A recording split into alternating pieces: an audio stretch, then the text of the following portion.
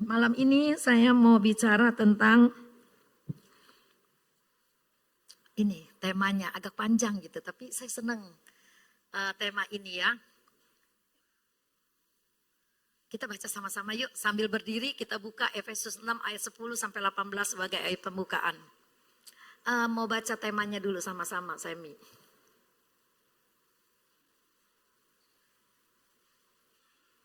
Dua, tiga.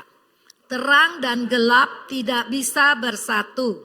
Menang atau kalah, dikuasai atau menguasai. Efesus 6 ayat 10 sampai 18.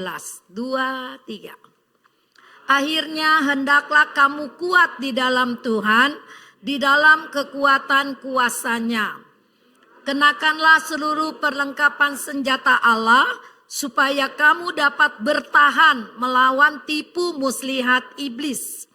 Karena perjuangan kita bukanlah melawan darah dan daging, tetapi melawan pemerintah-pemerintah, melawan penguasa-penguasa, melawan penghulu-penghulu dunia yang gelap ini, melawan roh-roh jahat di udara. Sebab itu ambillah seluruh perlengkapan senjata Allah, supaya kamu dapat mengadakan perlawanan pada hari yang jahat itu dan tetap berdiri sesudah kamu menyelesaikan segala sesuatu. Jadi berdirilah tegap, berikat pinggangkan kebenaran dan berbaju zirakan keadilan. Kakimu berkasutkan kerelaan untuk memberitakan Injil damai sejahtera. Dalam segala keadaan, pergunakanlah perisai iman, sebab dengan perisai itu kamu akan dapat memadamkan semua panah api dari si jahat. Dan terimalah ketopong keselamatan dan pedang roh, yaitu firman Allah. Dalam segala doa dan permohonan, berdoalah setiap waktu di dalam roh, dan berjaga-jagalah di dalam doamu itu dengan permohonan yang tak putus-putusnya untuk segala orang kudus. Katakan amin. Silakan duduk. Ayat ini kalau kita baca satu kali, kita ulangi lagi satu kali, itu udah firman yang petunjuk firman yang sangat jelas untuk kita ikutin, untuk kita jalanin. Kenapa saya kasih tema terang dan gelap tidak bersatu, menang atau kalah, dikuasai atau menguasai. Nah ini di dalam dunia ini ada dua kerajaan. Kerajaan Allah dan kerajaan iblis. Itu akan berperang terus. Iblis dari keadaan gelap, kita anak Tuhan kerajaan Allah dari terang. Terang dan gelap tidak bisa bersatu. Kalau dia tidak bisa bersatu, berarti ada persaingan, betul kan? Berarti ketika dua kerajaan ini bertemu, cuma ada dua kemungkinan, menang atau kalah. Dikuasai atau menguasai. Kalau kita tidak bisa menguasai gelap itu, maka kita dikuasai oleh gelap. Kalau kita tidak bisa memenangkan pertandingan dengan si iblis, maka kita kalah. Iblis yang menang gitu ya. Dalam satu minggu ini, saya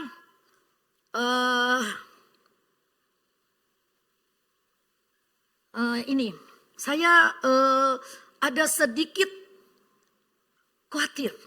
Khawatirnya begini. Ketika ada seorang remaja bercerita kepada saya bahwa si orang ini yang saya juga kenal, kelihatannya rohani, adalah LGBT. Kaget saya itu. Aduh, dalam hati saya nggak bisa terima gitu loh. Orangnya baik, sopan, tapi dia LGBT.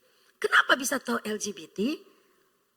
Rupanya dia nginep di rumah seorang temannya beberapa hari gitu ya.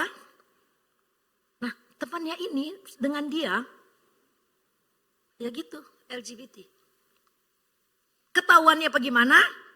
Buat saya ketika ini terbongkar ketahuan, memang tidak rame, enggak. Saya pun enggak mau sebut nama. Buat saya setiap kebobrokan terbuka, itu satu keuntungan yang besar supaya cepat dicegah. Jangan sampai terus berkelanjutan. Ceritanya yang ini disodomilah sama yang ini gitu ya. Nah, tetapi yang melakukan, dia bercerita seolah-olah dia jadi korban. Nah, anak ini takut kalau ketahuan di sekolahnya, dia akan dikeluarkan. Sekolah yang cukup bergengsi. Karena dia ketakutan, dia cerita sama papanya. Papanya kaget, papanya langsung telepon gurunya. Nah, singkat cerita terbongkar. Tapi kagak diekspos. Aduh, saya berdoa, saya sebut namanya Tuhan, tolong agar dia bertobat. Karena masa depannya masih panjang. Masa depannya masih panjang. Bagaimana di dalam suatu masa dia mencari jati diri, dia sudah jatuh di dalam dosa yang seperti itu. Aduh, langsung ini otak saya jalan bilang begini sama Tuhan. Saya harus peringatkan kepada anak Sekina. Anak kita jangan suka dikasih nginep-nginep di rumah teman gitu loh. Pulang, dia mau main pulang. Memang bisa aja sih iblis mempergunakan waktu yang sesingkat mungkin, gak perlu nginep, main-main aja begitu. Sekarang ngeri. Ngeri. Dosa yang paling mengerikan sebetulnya adalah ketika kita tidak percaya kepada Tuhan. Tapi ada lagi sekarang dosa yang lebih mengerikan ketika kita menolak firman. Bahwa kita diciptakan laki dan perempuan. Dan itulah rumah tangga yang diberkati oleh Tuhan. Tapi sekarang birahi seks itu udah berubah. Nih kenapa bisa begini ya perilaku yang seperti ini ya. Saya berkali-kali ikut seminar, 4 kali loh saya ikut seminar dokter Andik gitu. Lalu tiba-tiba buka TikTok itu siapa tuh penyanyi yang pencipta lagu rohani juga dia bersaksi. 8 tahun dia menikah, dia tidak pernah sentuh istrinya. Karena dia LGBT. Dia bersaksi terang-terangan begitu di TikTok yang bisa ditonton orang seluruh dunia, seluruh Indonesia yang mengerti bahasa Indonesia gitu. Dia bilang awalnya dia disodomi oleh tukang beca sampai berdarah-darah. Aduh saya mau muntah dengernya. Sebetulnya enggak, memang harus bersaksi untuk edukasi orang yang lain. Tapi sebetulnya dengan mukanya terpampang di TikTok begitu saya rasa waduh itu bisa ada efek negatif yang besar juga gitu ya. Kita jaga anak laki-laki kita ya. Jangan sampai mereka menjadi korban. Ya, kita yang ngerti firman Tuhan kita jaga. Makanya ketika dalam bulan kepenuhan Roh Kudus ini kita bicara tentang Roh Kudus, bagaimana kita memperdekatkan diri kita kepada Tuhan, bagaimana kita memulihkan hubungan kita dengan Tuhan melalui pertolongan Roh Kudus yang tadinya kita kering, tandus dan merasa hampa, kosong, cuma duduk di gereja tanpa ngerti apa-apa, tanpa perubahan. Melalui pencurahan Roh Kudus kita dibakar kembali untuk bangkit dan mendekatkan diri kepada Tuhan. Melalui konser doa juga ketika saya dikirimin temanya It's the time to care. Ini waktunya untuk peduli. Tuhan udah taruh itu arti daripada tema itu. Nah sekarang api itu sudah ada ketika konser diadakan, kita berdoa. Nah kita ngerti di situ apa kita harus peduli kepada siapa dan apa. Dalam situasi yang bagaimana kita harus peduli dan kita mesti berdoa. Nah api itu udah disulut. Kita Sekina ya. Yang mengerti mari kita semangat. Kita bangkit. Kita jangan biarkan api Roh Kudus itu menjadi redup di dalam kehidupan kita. Terus kobarkan api itu. Ya, kita yang udah dipenuhkan Roh Kudus, kita tularkan kepada orang lain. Supaya ayo semangat, ayo semangat. Saya gak pernah bosan-bosan tuh WA-in siapa-siapa yang udah lama gak ibadah. Kapan aja dia mau baca, dia bosan, dia muak, gak apa-apa. Satu kali nanti pasti WA itu pasti akan diberkati oleh Tuhan dan akhirnya orang itu tersentuh. Gak bosan-bosannya ngingatin saya untuk ibadah, akhirnya saya mau ibadah gitu ya. Waktu saya tinggal di Malaysia, ntar jangan lupa ya ibadah, kata saya gitu ya, ibadah Komsel. Saya dipercaya menjadi ketua Komsel. Lalu mereka bersaksi begini, sebetulnya gak mau ibadah, tapi karena di WA akhirnya jadi pengen ibadah. Jadi itu WA yang diberkati itu seperti itu gitu. Tapi ada orang yang tidak merespon tidak apa-apa. Tapi jangan bosan, temanmu siapa aja yang belum tersentuh, doakan dan WA-in terus sampai akhirnya dia mau datang kepada Tuhan. Semi tolong videonya di itu ada video klip singkat yang kita mesti aware. Memulihkan hubungan kita dengan Tuhan, kita juga mesti tahu pekerjaan iblis itu juga mengikuti kecanggihan teknologi sekarang ini. Siapa yang baca berapa seminggu yang lalu di Megamendung digerebek, ditangkap 75 orang laki-laki dengan 1 orang perempuan pesta gay, LGBT di sana. Ditangkap. Saya bilang ini Tuhan gak kebetulan, begitu buka TikTok dia yang keluar. Begitu buka TikTok kesaksian dia yang keluar. Begitu saya ada yang sharing sama saya tentang LGBT. Saya bilang saya mau bawa tema ini, terang dan gelap tidak bersatu. Kamu mau menang atau kalah, itu pilihan kita. Kamu mau menguasai atau dikuasai, itu pilihan ada pada kita. Ya, jadi nanti setelah kita dengar firman Tuhan kita pilih. Ini dengar, bisa digedein gak? Ini pelangi, rainbow. Ya, dia. My name is Russian Kimball. My pronouns are he, him, his. I have the pastor of serving. I have the privilege of serving as the pastor. Also, my drag name is still a work in progress. Dah, gitu doang singkat. Dia mengaku dirinya pastor. Dia LGBT. Lihat kan dandanannya ya. Cakep gak kira-kira? Kalau Anda bilang cakep, saya mau doain kamu. Aduh geli banget ya sebenarnya lihatnya ya gitu ya. Bayangkan dia mengaku Kristen tapi dia pastor dari LGBT. Kita bisa bayangkan firman apa yang dia akan sampaikan kepada umatnya. Yang semua laki-laki. Tapi berperan sebagai laki-laki, berperan sebagai wanita. Itu musik apa ya?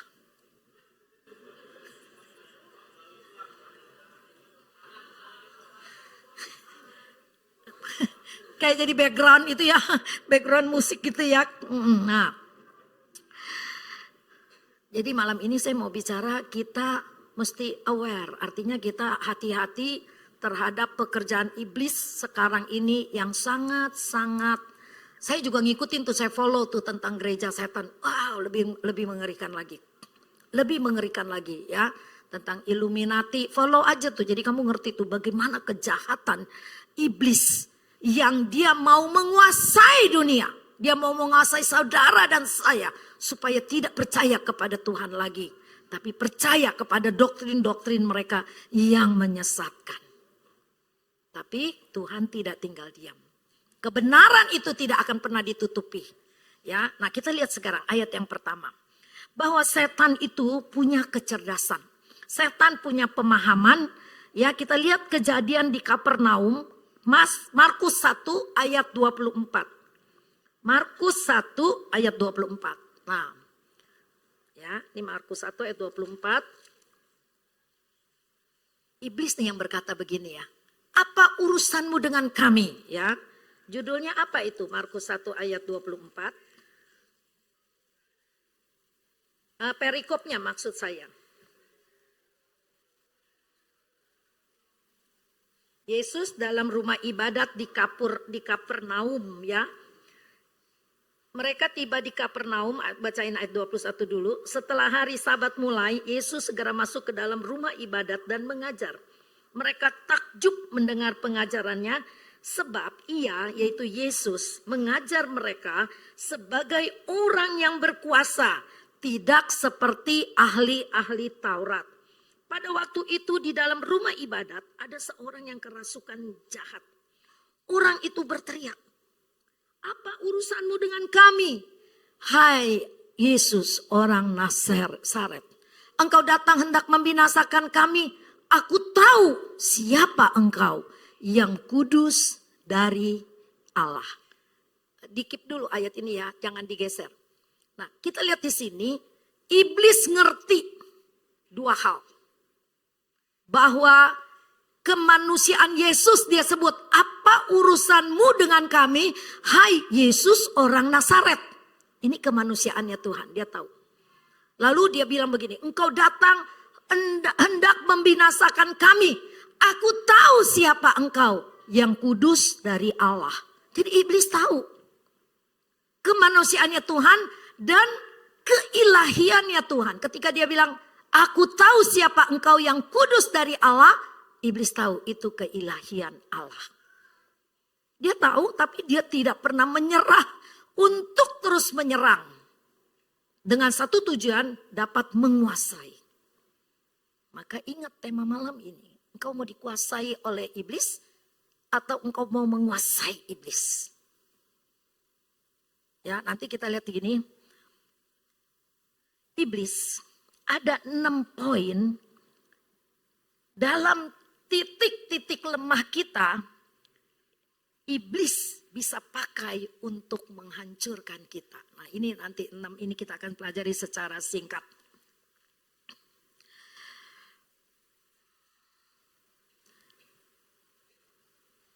Terus waktu di dalam cerita di Gadarah juga ya, waktu iblis mau diusir oleh Tuhan, dia bilang jangan, buang aja ke babi-babi gitu ya. Jadi supaya masuk ke babi-babi, ketika ditanya siapa namamu, Legion gitu ya. Legion itu satu kompi pasukan gitu ya, satu kompi pasukan. Itu kalau saya pelajari sekitar 6.000 kalau nggak salah, 6.000 pasukan satu kesatuan legion itu ya. Jadi setan tahu siapa jati dirinya. Dan setan tahu siapa Yesus itu. Tapi dia gak pernah jerah ya. Untuk terus menyerang keilahian Allah, kemanusiaannya Tuhan ketika dia berkuasa di atas bumi ini ya. Nah, satu, kita lihat ada 6 poin yang dalam keadaan lemah kita bisa dipakai setan untuk menghancurkan diri kita sendiri. Yang pertama adalah pengaruh negatif atau okultisme. Bisa terjadi sejak dari kandungan. Waktu masih janin. Jadi orang bilang begini, baru usia 2 hari, kandungannya baru terlambat 2 hari, gugurin aja. Makan nanas, makan bir gitu, minum bir gitu kan ya, supaya gugur. Nah dulu nggak ngerti firman Tuhan, iya belum jadi manusia. Pikirnya kalau udah jadi manusia itu baru berdosa. Padahal firman Tuhan ketika kita terlambat untuk menstruasi, baru selewat sehari pun itu sudah ada kehidupan. Ketika kita punya niat untuk menggugurkan, roh pembunuhan itu ada di dalam diri kita tanpa kita sadari. Yuk kita baca ayatnya begini. Bagaimana kita tahu bahwa janin di dalam waktu hamil itu udah bereaksi. Udah bereaksi. Makanya kalau orang Cina hitungannya umur begini. Di dalam kandungan udah 1 tahun. Ketika lahir udah 2 tahun gitu ya. Ketika lahir udah 1 tahun maksudnya. Ketika ulang tahun 1 tahun umurnya udah 2. Makanya kalau penghitungan nasional gitu ya, internasional dah. Saya lahir tahun 59 berarti umur saya 66. Tapi kalau hitungan Cinanya saya udah umur 67. Tapi saya masih merasa 50. Kadang-kadang suka lupa saya tuh saking gesitnya begini. Aduh iya ketika udah, pinggangnya sakit. Udah tua, diingatin sama Roh Kudus. Udah mau 70 gitu ya. Nah kita baca Lukas 1 ayat 42. Ketika Elisabet hamil, terus bertemu dengan Maria, embrio dari rahim Elisabet itu bergerak. Jadi udah ada komunikasi waktu bentuk janin. Kita baca Lukas 1 ayat 42. Bentar ya. Lukas 1, Matius, Markus, Lukas. Lukas 1 ayat 42. Ini Maria dan Elisabet. Beberapa waktu kemudian berangkatlah Maria dan langsung berjalan ke pegunungan menuju sebuah kota di Yehuda. Di situ ia masuk ke rumah Zakaria dan memberi salam kepada Elisabet. Dan ketika Elisabet mendengar salam Maria, melonjaklah anak yang di dalam rahimnya dan Elisabet pun penuh dengan Roh Kudus.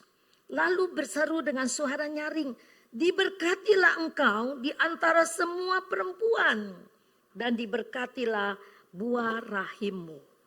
Siapakah aku ini sampai ibu Tuhanku datang mengunjungi aku?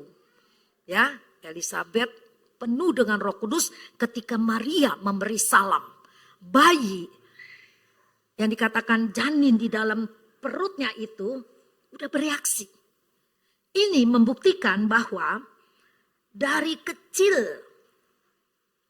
udah ada kontak batin, udah ada komunikasi. Nah ini kan suci, Elisabet suci. Suaminya Zakaria seorang nabi.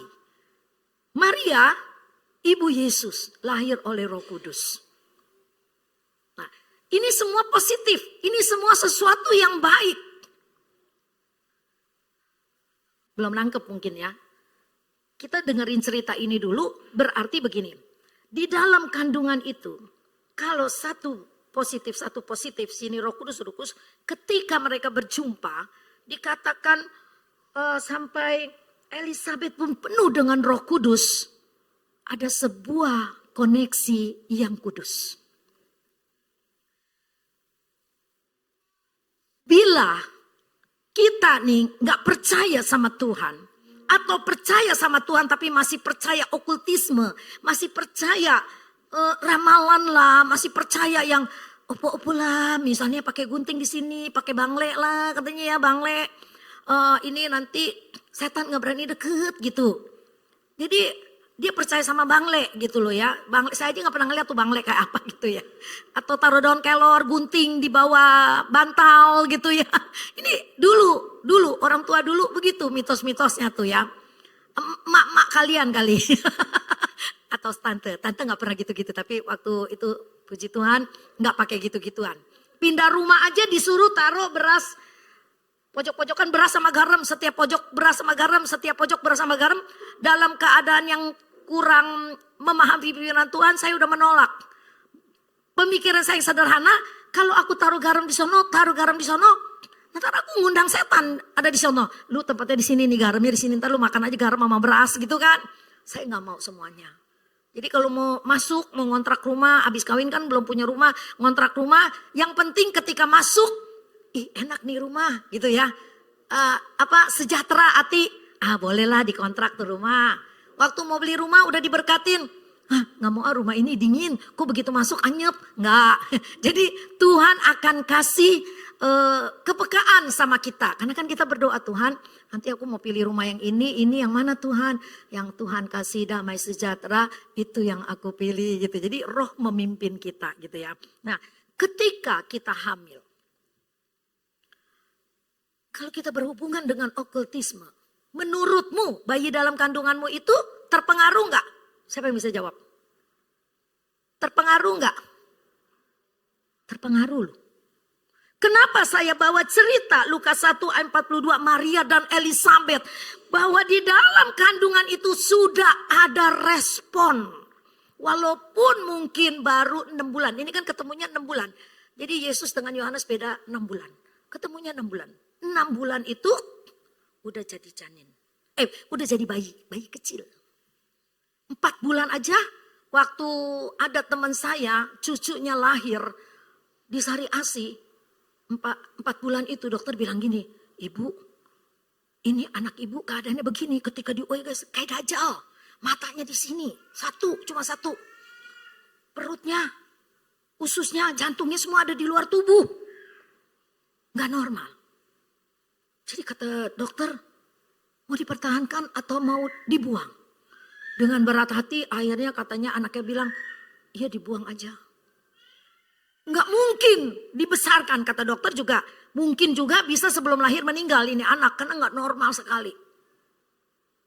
Akhirnya ya terjadi pembunuhan sih katanya ketika dioperasi. Diceritain sama saya setelah kejadiannya semua udah terjadi ketika dioperasi.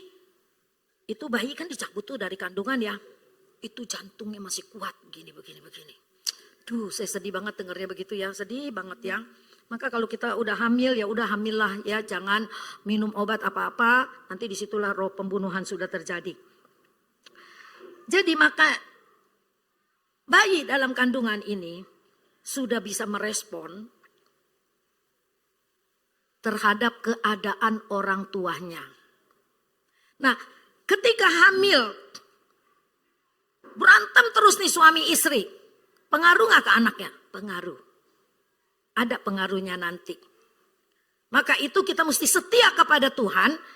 Semua kutuk akan diputuskan ketika kita percaya sama Tuhan, kita bertobat, anak kita bimbing, maka kutuk itu tidak akan mengikuti. Tapi kalau kitanya gak bertobat, kitanya terus dengan sifat kita yang kurang baik, anak-anak kita gak bimbing ke gereja. Ini ada satu keluarga nih berpendidikan. Kenapa gak ke gereja? Anaknya udah gak dibawa sekolah minggu, dianya gak ke gereja. Adiknya juga dokter gak ke gereja. Saya bilang ayo ke gereja lagi, jangan tinggalin Tuhan. Cuma mesem-mesem aja. Kasihan. Ya, jadi kita harus, sekarang ini kita harus memperhatikan. Selain kerohanian kita membangun hubungan yang intim dengan Tuhan. Kita juga mesti melihat pekerjaan iblis yang akan menghancurkan iman kita, rumah tangga kita, keharmonisan kita. Jadi kita tahu iblis bekerja, jadi kita mau menjaga dengan takut akan Tuhan. Makanya tadi ayat pembukaannya itulah kenakan semua perlengkapan senjata Allah. Itu nanti tidak saya jelaskan, tapi malam ini saya jelaskan tentang pengaruh-pengaruh negatif. Ada ibu yang mungkin tidak suka atau benci pada anaknya. Ada seorang ibu menganiaya anaknya karena dia benci sama bapaknya. Anaknya jadi korban. Dan bayangkan, nanti ini anak udah diselamatkan sih sama polisi. Anaknya udah dianiaya, dibuang di tengah jalan, terus akhirnya diselamatkan oleh polisi yang kesian, kasih dia makan, dibawa ke psikiater. Tapi ini masa depannya bagaimana ini? Siapa yang akan membimbing dia? Wah, kalau ada rumah-rumah penampungan yang boleh membimbing orang-orang yang teraniaya, terluka. Nah, ini sangat dibutuhkan untuk dunia sekarang ini ya.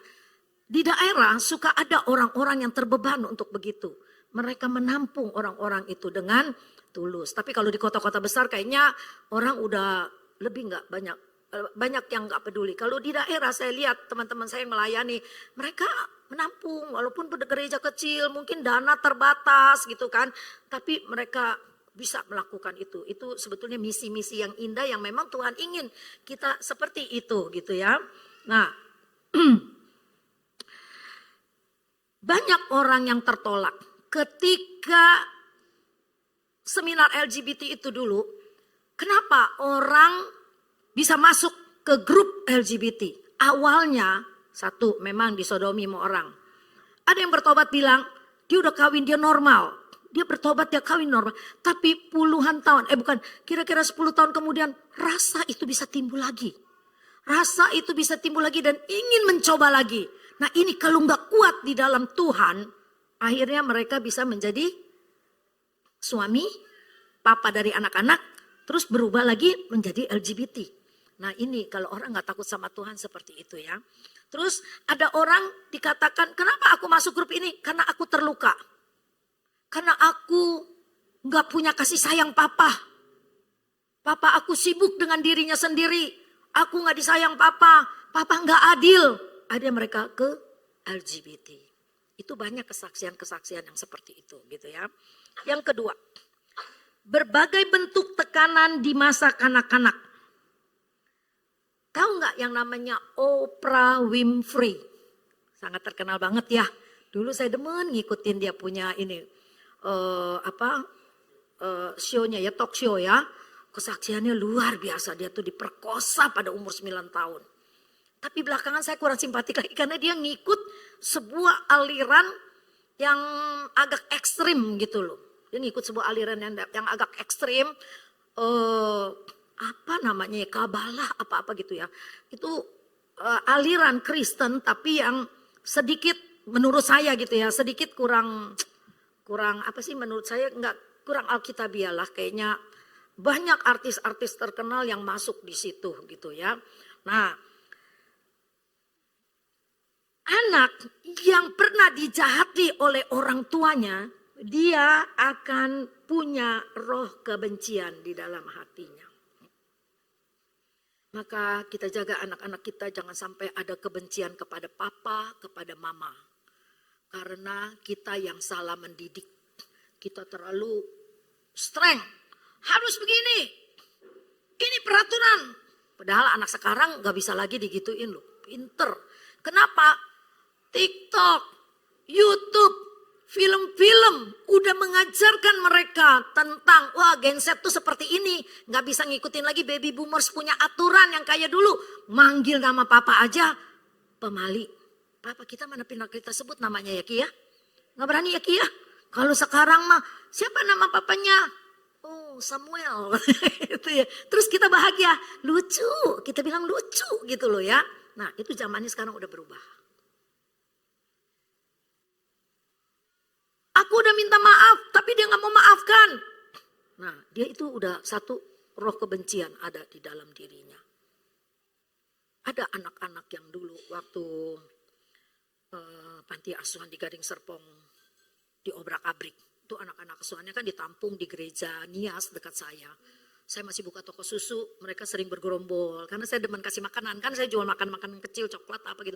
Terus saya bagi gitu kalau ada makanan apa gitu saya bagi sama dia. Dia ngobrol tuh. Dia bilang apa? Kami nggak pernah diperhatikan. Om itu lebih sayang kepada anjingnya daripada kami. Bayangkan, yang dia sebut om itu pendeta. Bayangkan, om itu lebih sayang anjingnya daripada kami. Oma tahu nggak katanya? Itu bayi-bayi kecil itu memang nggak diobatin, dibiarin begitu supaya donatur datang masuk. Anak-anak udah bisa menilai loh, menilai perilaku pendeta itu seperti itu. Bagaimana dia nanti bertumbuh besar? Ada roh kepahitan. Ada, kalau bahasa Inggrisnya dibilang wounded spirit. Ada roh yang terluka. Itu bahaya banget.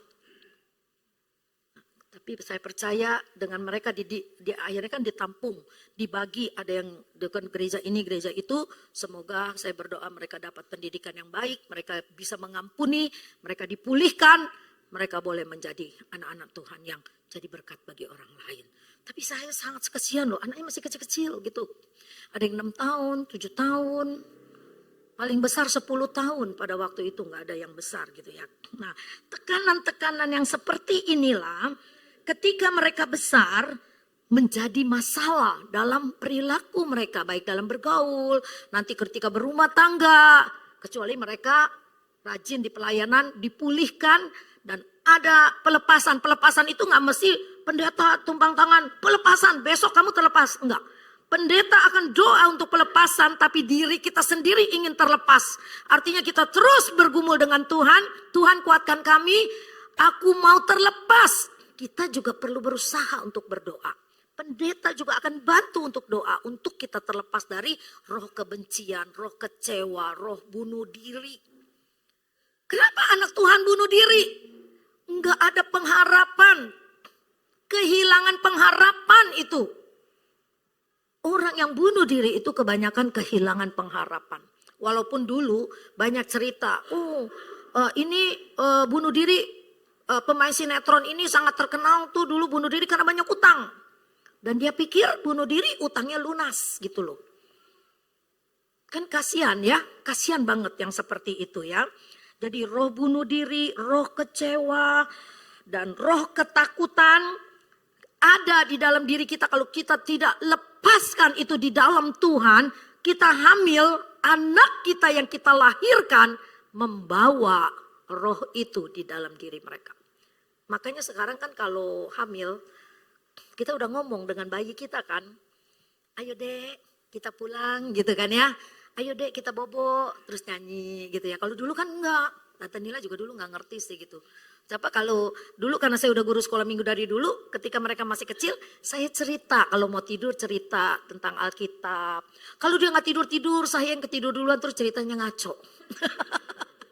Sampai sekarang anak saya si Marvin tuh inget. Nanti dia cerita kepada anak dulu, Popo itu kalau cerita, terus Popo ngantuk gitu ya. Terus ceritanya ngaco, bisa kemana-mana gitu ya.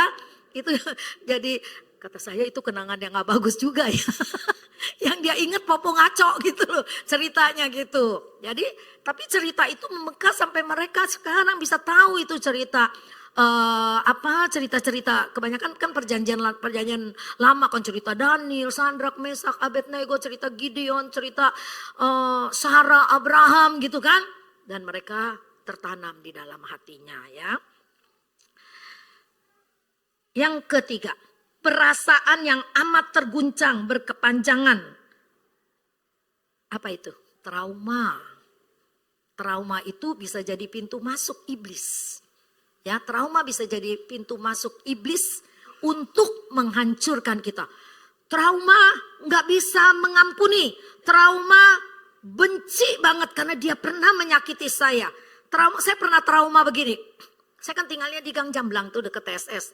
Jadi kemana-mana naik beca, waktu itu masih banyak beca. Lalu saya naik beca sama si Marvin masih kecil. Naik beca, memang dekat sekolah damai itu nggak aman. Datang anak muda, bawa pedang gini panjang, saya diginiin. Aduh udah nyerah aja dah, pasrah diambil dah. Jam tangan dipretelin, duitnya sih memang sedikit. Kan naik beca, pasti nggak mungkin bawa duit banyak dong ya. Kalau naik mobil duitnya banyak, ini naik beca. Ambil tapi traumanya luar biasa. Sampai berapa tahun tuh ya, asal nyebrang ada orang nyebrang, saya kaget. Asal ada orang nyebrang, saya kaget. Karena kita lagi naik beca, dia nyebrang, nggak taunya dia bukan nyebrang. Dia todongin golok yang gini panjang dalam hidup saya. Terus yang kedua trauma yang bertahun-tahun juga baru hilang sampai saya berobat ke dokter jantung adalah ketika kami pulang dari Australia, mampir ke Singapura, suami saya bilang gini, aku mau check up. Ketika check up dokter bilang begini, urat saraf di leher ini kejepit, kamu bisa lumpuh. Nah suami saya ketakutan. Saya bilang pulang dulu, kata saya, tanya keluargamu, baru nanti kita operasi. Oh nggak bisa, dia bilang. Sekarang, ya memang ada sedikit duit lah, rada belagu dikit gitu kan ya, rada belagu dikit. Langsung dioperasi, kan saya kaget, saya sendirian. Lalu kagetnya begini, jantung deg, itu bertahun-tahun. Sampai saya ke dokter jantung, dokter scan semua nggak apa-apa, tapi saya ketakutan terus. Kata dokter itu jantung kagetan. Jadi sembuhnya bagaimana dok? Dari diri sendiri. Nah ketika dia bilang dari diri sendiri, saya sadar betapa bodohnya saya terikat dengan trauma. Suami saya sudah sembuh, sudah oke, ngapain saya kaget terus? Nah perkataan dokter itu membangkitkan semangat saya. Saya harus sembuh dari trauma. Kalau dokter bilang gak bisa ngobatin sembuhnya dari diri saya sendiri. Ngapain saya terikat dengan trauma? Ya, jadi ketika ada sebuah trauma yang menghantui diri kita. Atau kita pernah digampar sama suami kita. Atau pernah disakiti oleh suami kita. Terus kita ingat terus. Kita menjadi orang yang bodoh. Karena dokter, psikiater bisa memberi jalan keluar. Tapi Anda mau sembuh atau tidak itu pilihanmu. Ketika engkau bilang aku mau sembuh, aku harus ikut firman Tuhan. Lakukan itu. Dalam nama Yesus hancurkan kuasa-kuasa trauma itu. Ya, jadi mungkin di antara kita juga banyak trauma yang orang lain gak tahu. Yang tahu tuh cuma diri kita sendiri. Bagaimana keadaan rumah tangga kita, bagaimana keadaan keluarga kita, bagaimana keadaan anak-anak kita menyakiti kita. Lalu kita bilang Tuhan, aku harus menang, aku gak boleh kalah. Aku harus menguasai, bukan aku dikuasai. oleh iblis gitu ya. Suami istri juga tidak menguasai. Aku suamimu, kamu harus nurut apa aja. Enggak juga begitu ya suami-suami ya. Terus istri juga bilang gini, aku berkuasa di rumah, kamu gak berhak. Enggak juga begitu ya. Itu nanti akhirnya perang, dulu mah perang Iran-Irak. Sekarang perang Iran-Israel. Ya, jangan ya. Ketika yang berlarut-larut kalau kita tidak mampu menguasainya, kita akan dikuasai. Kita akan kalah. Kita bukan menang, bukan seorang pemenang lagi. Ya, lalu yuk kita lihat dengan cepat lagi. Banyak sih contoh-contoh kehidupan sehari-hari, tapi nanti jadi kelamaan. Yang keempat, perbuatan atau kebiasaan yang berdosa. Itu pintu masuk untuk setan bekerja dalam diri kita. Kebiasaan yang kayak apa sih? Nonton film porno, nonton film setan. Nonton film setan, ada orang yang senang nonton film setan. Saya dari dulu gak demen nonton film setan. Ngapain kita ditakut-takutin ya? Setan demen aja, ketakutan. Sutradara lihat, orang berantusias kalau film setan ngantri sampai panjang. Terus dibikin Indonesia suster ngesot lah. Terus apalagi tuh rumah apalah, uji nyali lah segala macam.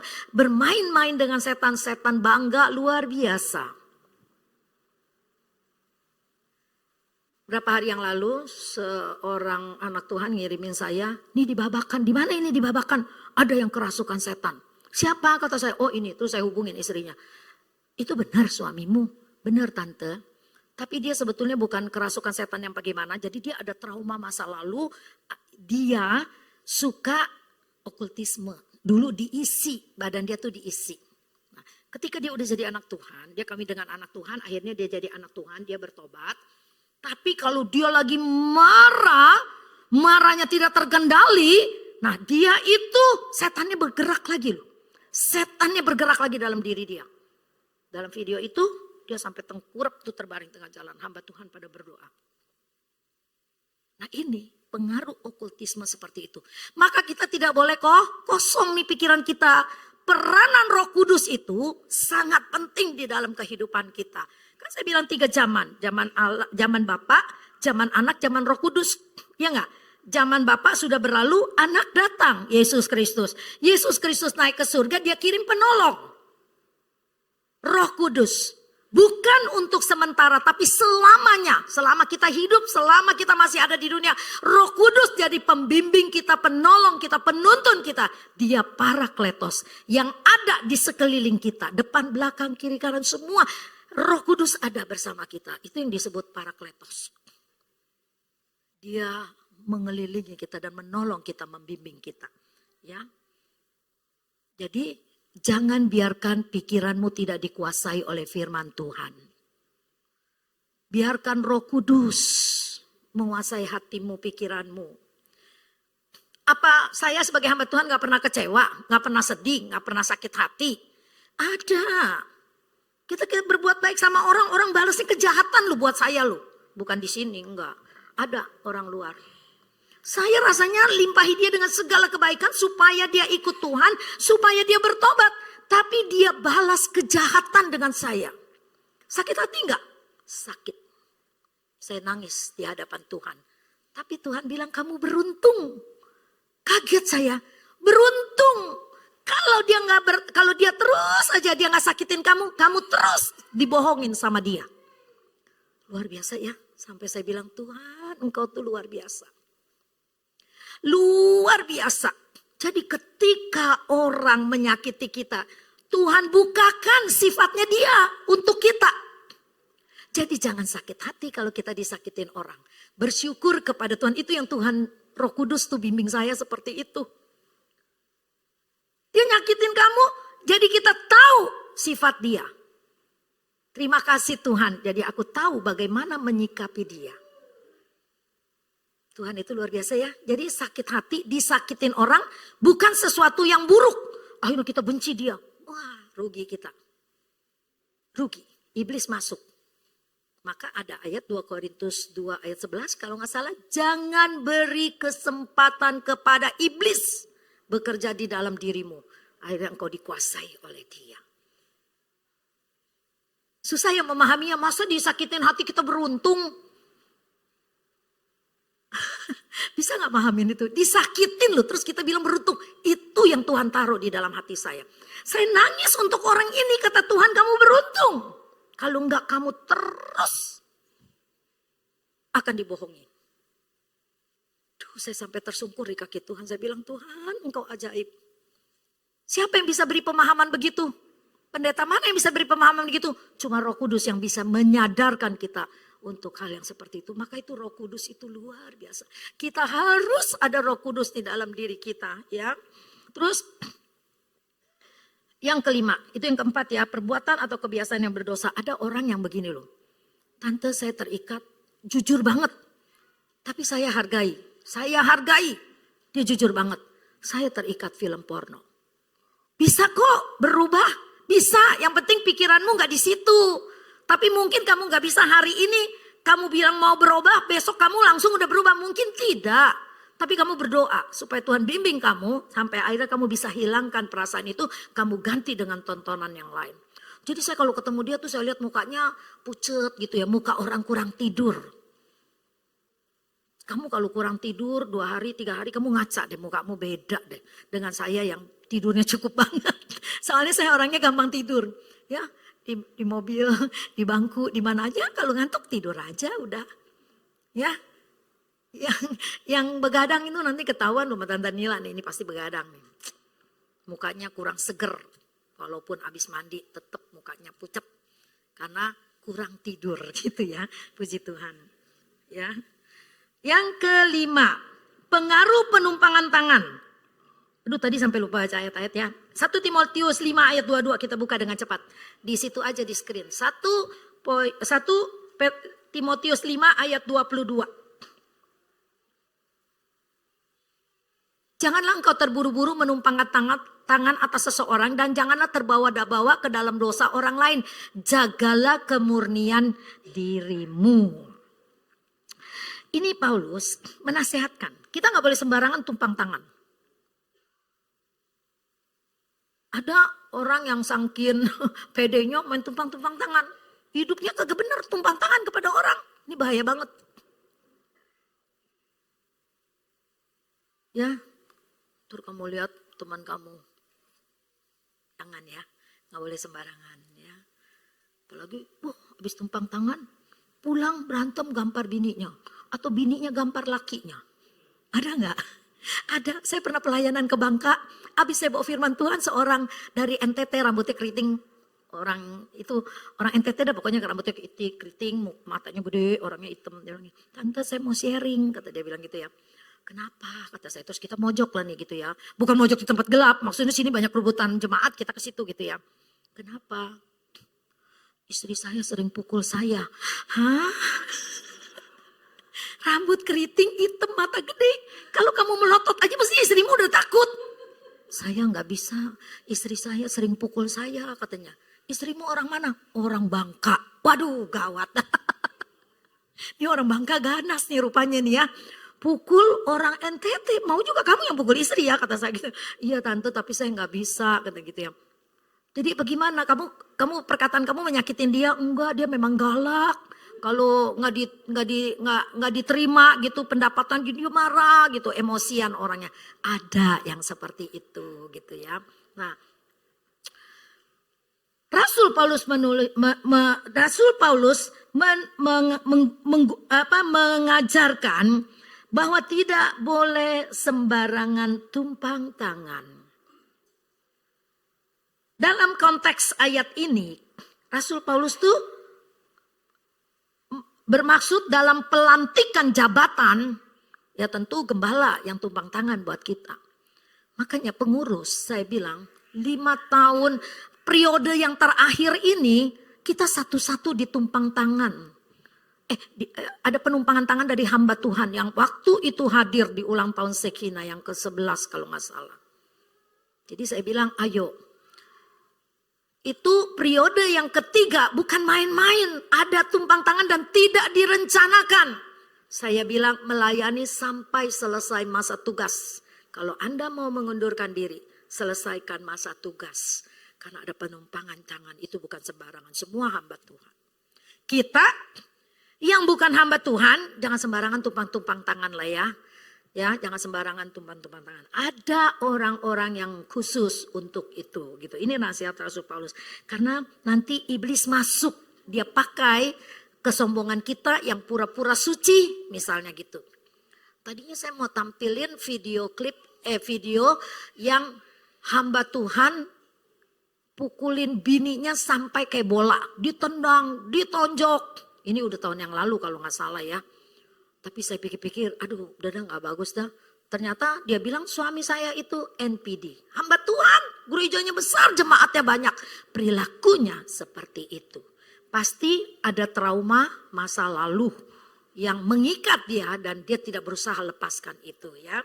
Yang keenam, perkataan yang sia-sia. Ya, kita baca dah ayatnya Matius 12 ayat 36 37. Perkataan yang sia-sia.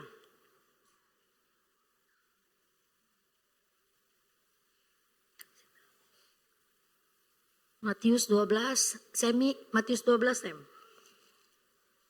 Matius 12 ayat 36 sampai 37. Enggak apa-apa ya, panjang dikit ya, jangan buru-buru mau pulang ya. Apalagi kalau kamu pulang juga kamu nggak pulang ke rumah kan, nongkrong di mana gitu ya, jangan ya. Jadi firman Tuhannya kalau panjang dikit sabar ya. Ya, luaskan hatimu untuk diberkati. Lukas 12 ayat 36 sampai 37. Tetapi aku berkata kepadamu, setiap kata sia-sia yang diucapkan orang harus dipertanggungjawabkannya pada hari penghakiman. Karena menurut ucapanmu engkau akan dibenarkan dan menurut ucapanmu pula engkau akan dihukum. Perkataan yang tidak bisa. Jadi kalau dia bilang setiap kata sia-sia yang diucapkan orang harus dipertanggungjawabkannya pada hari penghakiman. Jangan setelah kita ngomong yang kurang bagus, yang jatuh bilang gitu. Enggak, aku mah gak bermaksud begitu. Itu cuma di mulutku aja, di hatiku enggak. Jadi kalau dibahas lagi begitu, firman Tuhan bilang apa? Apa yang keluar dari mulut itu berasal dari hati. Apa yang masuk dari luar ke mulut itu enggak najis karena dia keluar ke jamban, gitu kan ya.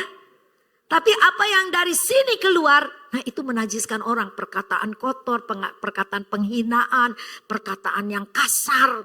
Nah itu yang menajiskan dan menyakiti hati orang. Firman Tuhan bilang, perkataan yang sia-sia harus dipertanggungjawabkan. Tuhan mau kita berkata yang benar, berkata yang positif sehingga orang lain yang mendengar kita positif, gitu ya. Jangan sekali ketemu lu jelek amat pakai baju itu, gitu ya. Bikin dia down aja, dia udah ngaca muter-muter rasanya gue cantik banget pakai baju ini. Begitu sampai ke gereja kita bilang lu jelek amat pakai baju itu, gitu kan. Nah kita akan berkata bagus banget gitu ya.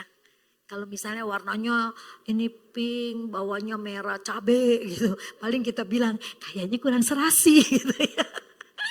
Tapi saya lihat di sini semua modenya ya oke lah, keren lah ya. Ya bagus-bagus semua. Udah tahu bagaimana memperhatikan penampilan. Bukan keren, bukan mahal. Yang penting manis dan enak dilihat. Yuk ayat penutup. Mazmur 45 ayat 2.